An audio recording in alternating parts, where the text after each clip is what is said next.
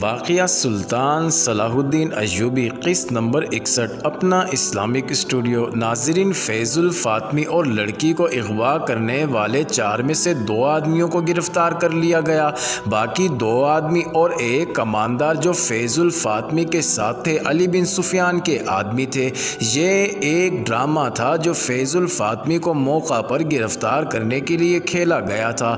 لڑکی نے پورا تعاون کیا لیکن زخمی ہو گئی۔ یہ ڈرامہ اس طرح تیار کیا گیا تھا کہ لڑکی سے وہ خفیہ الفاظ معلوم کیے گئے جو اس کے گروہ کو ایک دوسرے کو پہچاننے کے لیے استعمال کرنے تھے۔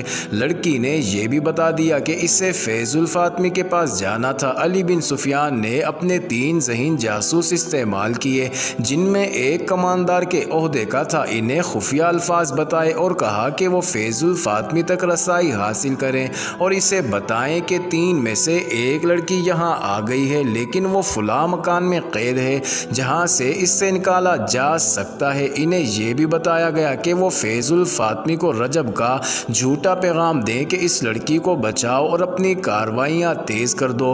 ان جاسوسوں نے 3 دنوں کے اندر فیض الفاطمی تک رسائی حاصل کر لی اور اس پر ثابت کر دیا کہ وہ اس کے زمین دوز گروہ کے افراد ہیں۔ فیض الفاطمی کو یہ خطرہ بھی تھا کہ لڑکی چونکہ قید میں ہے اس لیے اذیت کے زیر اثر بتا دے گی کہ وہ بھی اس کے ساتھ ہے۔ فیض الفاطمی کے لیے اپنا تحفظ ضروری تھا، لہٰذا اس نے لڑکی کے اغوا کا منصوبہ بنایا۔ اس میں اس نے کماندار کو اپنے ساتھ رکھا، 2 آدمی علی بن سفیان کے بھیجے ہوئے اور 2 اپنے ملا کر ان کے سپرد یہ کام دیا کہ وہ لڑکی کو اٹھا لائیں گے اور کھنڈر میں پہنچا دیں۔ اس کھنڈر کو انہوں نے کچھ عرصے سے اپنا خفیہ اڈا بنا رکھا تھا۔ منصوبہ بن گیا تو علی بن سفیان تک پہنچ گیا۔ 5-6 مردوں میں احمد کمال اور لڑکی کو بتایا گیا کہ وہ برآمدے میں سوئیں گے اور رات کے وقت لڑکی اغوا ہوگی جس کے خلاف وہ مزاحمت نہیں کریں گے۔ مکان کے باہر ہر وقت ایک سپاہی پہرے پر رہتا ہے۔ اس رات جو آدمی پہرے پر تھا وہ سپاہی نہیں بلکہ علی بن سفیان کے محکمے کا جاسوس تھا۔ اسے معلوم تھا کہ رات کو اس پر حملہ ہوگا اور حملہ کس طرح کا ہوگا۔ حملہ کرنے والا علی بن سفیان کا آدمی تھا۔ اگر فیض الفاطمی کا آدمی ہوتا تو وہ اسے خنجر مار کر ہلاک کر دیتا۔ اس رات فیض الفاطمی اور کماندار کھنڈر میں چلے گئے۔ مقررہ وقت پر پہرے دار پر حملہ ہوا، دیوار پھلانگی گئی۔ اس وقت احمد کمال جاگ رہا تھا۔ اس نے دیکھا کہ لڑکی کو اٹھا لیا گیا ہے لیکن وہ آنکھیں بند کر کے لیٹا رہا۔ اس نے تڑپنا اس وقت شروع کیا جب وہ رسیوں میں بندھ چکا تھا۔ لڑکی کو کھنڈر میں پہنچا دیا گیا۔ یہ ڈرامہ اس لیے کھیلا گیا تھا کہ فیض الفاطمی نے اغوا کا منصوبہ بنایا اور اس میں اپنے 2 آدمی شامل کر دیے تھے۔ ان پر ظاہر یہ کرنا تھا کہ یہ حقیقی اغوا ہے اور اس میں کوئی دھوکہ فریب نہیں۔ آخر دم تک شک نہ ہوا۔ اغوا کے بعد علی بن سفیان نے پہرہ دار اور احمد کمال کی رسیاں کھولی۔ زیادہ سپاہی اور سوار تیار تھے۔ تھوڑے سے وقفے کے بعد وہ کھنڈر کی طرف روانہ ہو گئے اور کھنڈر کو گہرے میں لے لیا۔ انہیں سب سے پہلے علی بن سفیان کے ہی ایک آدمی نے دیکھا جس نے فیض الفاطمی کو جا کر اطلاع دی۔ اسے باہر لا کر گھیرا دکھایا اور مشورہ دیا کہ وہ اسی کمرے میں چلا جائے۔ اسے ادھر بھیج کر یہ آدمی باہر نکل گیا اور علی بن سفیان اور احمد کمال کو اندر لے گیا۔ یہ اس آدمی کی دانش مندی تھی کہ اس نے فیض الفاطمی کو اسی کمرے میں چھپے رہنے پر قائل کر لیا تھا۔ اگر وہ کھنڈر کے بھول بھلیوں جیسے کمروں، برآمدوں، گلیوں اور تہہ خانوں میں نکل جاتا تو اسے پکڑنا آسان نہ ہوتا۔ کھنڈر بہت وسیع اور پیچیدہ تھا۔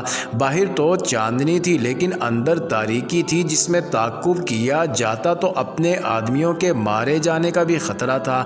بالکل آخری وقت فیض الفاطمی کو پتہ چلا کہ کماندار اور 2 آدمی اس کے ساتھی نہیں بلکہ اسے دھوکے میں یہاں لائے ہیں۔ لڑکی سے یہ غلطی ہوئی کہ اس کے منہ سے کچھ ایسے الفاظ نکل گئے جس سے ظاہر ہو گیا کہ یہ بھی اس دھوکے میں شریک ہے۔ فیض الفاطمی کے 2 ساتھی اس کے پاس پہنچ گئے۔ دھوکہ ہی بے نقاب ہو گیا اور لڑائی شروع ہو گئی۔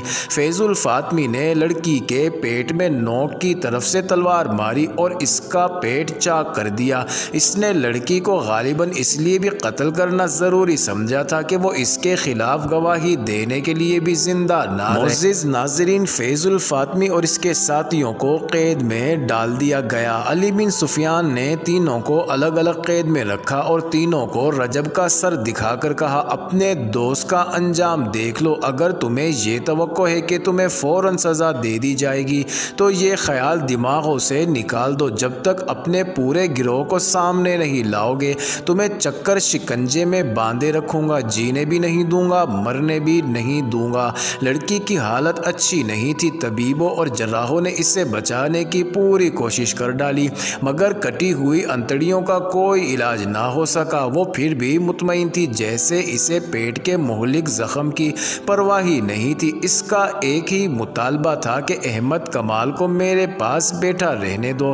سلطان ایوبی بھی اس کی عیادت کے لیے آیا۔ احمد کمال امیر مصر اور اپنی فوج کے سالار اعلیٰ کو دیکھ کر تعظیم کے لیے اٹھا تو لڑکی نے اسے ہاتھ سے پکڑ کر اپنے پاس بٹھا لیا۔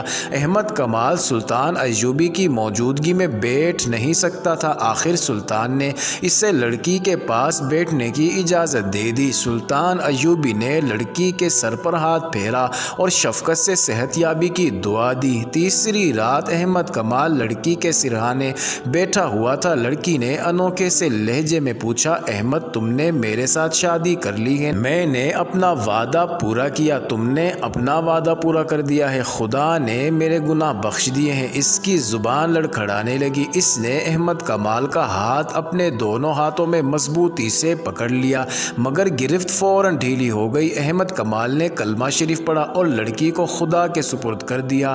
دوسرے دن سلطان ایوبی کے حکم کے مطابق لڑکی کو مسلمانوں کے قبرستان میں دفن کر دیا گیا۔ فیض الفاطمی نے اور اس کے ساتھیوں نے صرف 2 دن اذیتیں سہی اور اپنے گروہ کی نشاندہی کر دی۔ لوگوں کو بھی پکڑ لیا گیا۔ مراکشی وقائع نگار اسد الاسدی نے سلطان ایوبی کے وقت کے ایک کاتب کے حوالے سے لکھا ہے کہ سلطان ایوبی نے جب فیض الفاطمی کی سزائے موت پر دستخط کیے تو سلطان زار و قطار رونے لگے تھے۔ ناظرین، اس کے ساتھ ہی قصہ لڑکی جو فلسطین سے آئی تھی یہیں اختتام پذیر ہوتا ہے۔ مزید ناظرین جاری ہے، اگلی ویڈیو قسط نمبر 62 میں دیکھنا مت بھولیے گا۔